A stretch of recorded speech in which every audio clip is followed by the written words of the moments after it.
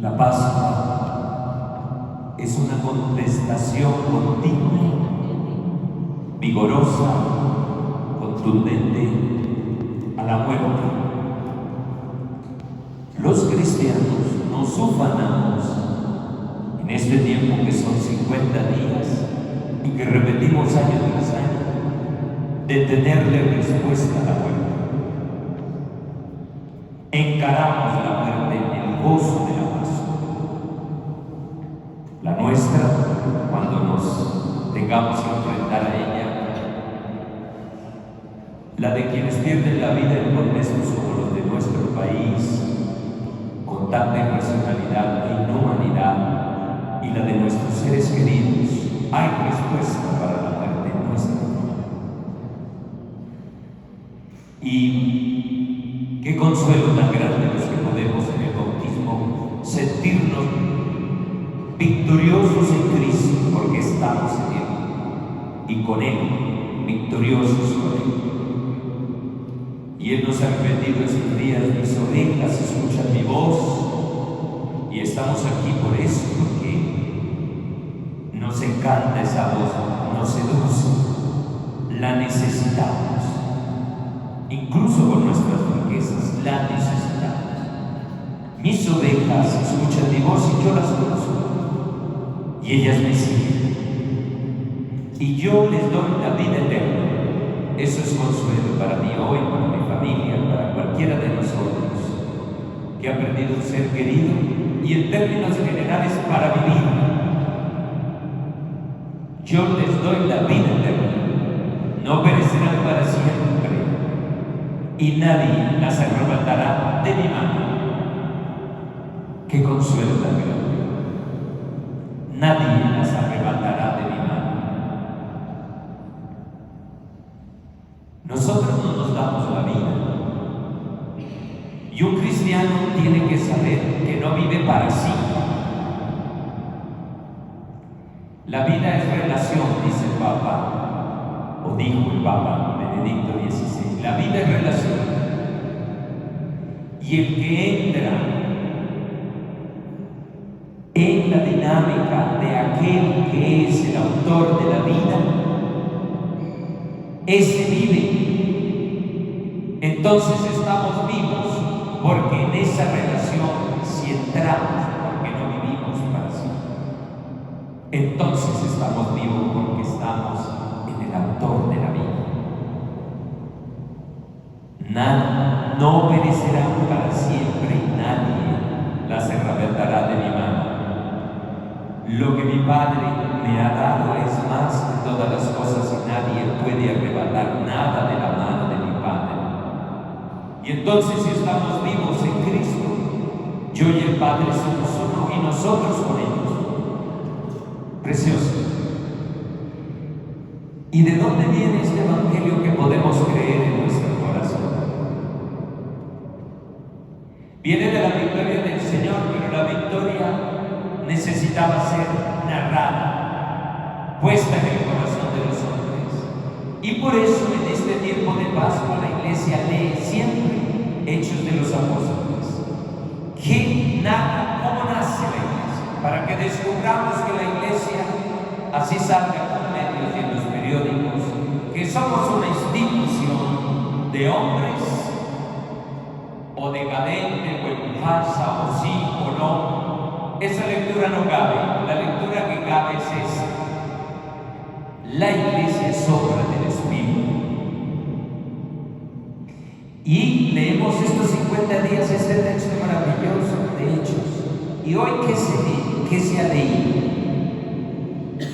Para que nosotros lleguemos a esta fe, de esta convicción de que ni la muerte nos intimida, de los que amamos, ni la nuestra, ni la muerte que amenaza este país, no nos intimida. Venimos de una predicación audaz, conducida por el Espíritu. Y hoy aquí dice que los que se habían dispersado en la persecución provocada por lo de Esteban, llegaron a Fenicia, Chipre y Antioquía, sin predicar la palabra nada más que a los judíos. Entonces, como se empezó historia y hubo una dispersión, y por eso esa dispersión llegó hasta Mobayán. Cada vez en cada siglo nos fue llegando esta voz del resucitado. Bueno, empezó esa persecución y llegó a una ciudad muy importante del imperio, junto con Roma y Alejandría. Pues esta ciudad era muy importante, Antioquía. Era más de 500,000 de habitantes en aquella época, una ciudad llena de culturas, de versiones. Había gente de todas las condiciones, había judíos, no muchos, y se supone que los cristianos que venían del judaísmo ya convertidos venían a buscar a los judíos, que eran los más fáciles, entre comillas, de que pudieran entender que el Mesías era el Señor. Y no fue muy exitoso ahí el comienzo, porque dice, sin predicar la palabra nada más a los judíos. Y no parecía que fue muy exitoso, pero dice, algunos naturales de Chipre y de Cirene al llegar a Antioquía se pusieron a hablar también a los griegos, como si uno dijera a los ateos puros, a los que no aceptarían una cosa tan tremenda, un escándalo de que Dios se haya expresado en un condenado a muerte en una cruz y que él haya resucitado. No era fácil, esta fe no era fácil. Y sin embargo, en esa Antioquía el Espíritu rompió corazones y esa iglesia echó adelante y se pusieron a hablar también a los griegos y anunciándole la buena noticia del Señor. Se crea una comunidad cristiana muy importante en una zona y en una ciudad donde no era factible el Evangelio, esta buena noticia. Y dice Lucas en este texto, como la mano del Señor estaba con ellos, gran número creyó y se convirtió al Señor. Ese versículo lo tenemos que tener claro, es el Señor el que lleva la obra.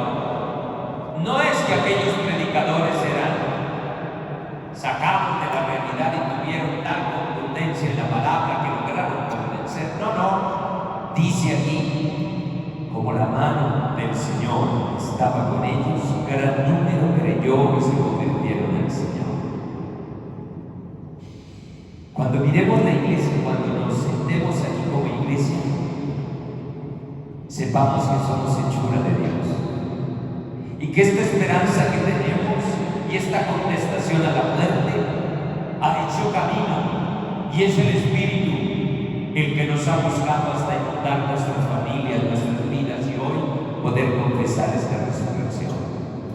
Y dice que llegó la noticia a los oídos de la iglesia de Jerusalén, es decir, donde estaban los apóstoles, donde empezaba el cristianismo a florecer. Y esa iglesia se preocupó porque ya no eran los judíos sino los paganos. No era fácil para la mentalidad creer que los paganos podrían creer este mensaje. Y entonces, ¿qué hicieron? Enviaron a Bernabé a Antioquía, uno de confianza, uno ya hecho en Cristo. A Bernabé lo enviaron a Antioquía. Al llegar y ver la acción de la gracia de Dios, miren eso, siempre el texto dice, el protagonista es el Espíritu. Se alegró, porque hay que alegrarse siempre. Cuando uno en tu casa dice que se va de la iglesia, hay que entristecerse. Y si alguien lo rescata, hay que alegrarse. Y dice que se alegró y exhortaba a todos a seguir unidos al Señor con todo empeño. Bernabé llegó y quedó conmovido de esa iglesia naciente en un sector que era imposible pensar que lo lograría. Y como el Espíritu es verdad, la verdad golpea el corazón, y la lucidez de esta verdad rompió el hermetismo de un pueblo que parecía no fácil de creer, porque era un hombre bueno y lleno del Espíritu Santo y de fe. Y una multitud considerable se adhirió al Señor. Sí, la iglesia se fue fortaleciendo. De estar perseguida empieza a ser no decadente, sino crecida. ¿Saben lo que nos dijo? Los cuento la próxima vez allá en nuestra reunión de clero. El Papa, cuando un obispo, ahora que fuimos, le dice: Santo Padre, la iglesia la están persiguiendo.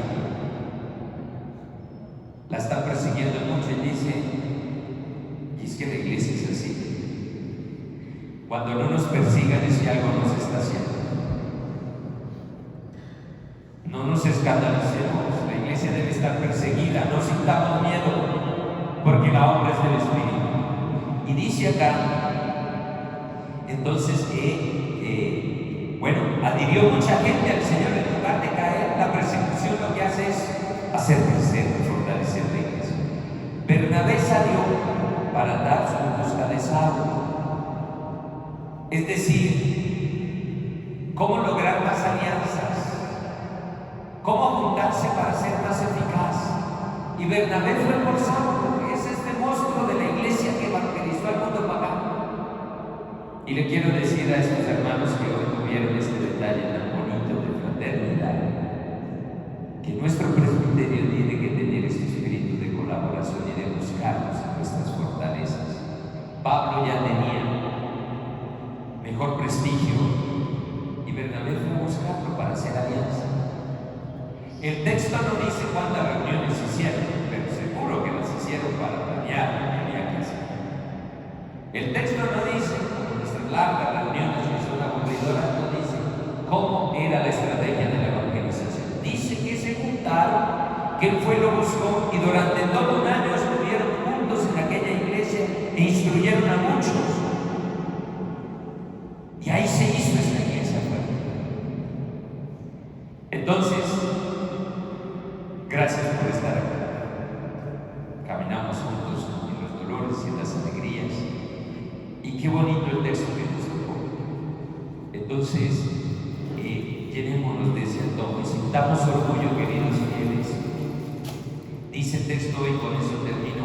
Fue en Antioquía donde por primera vez los discípulos fueron llamados cristianos. En hebreo,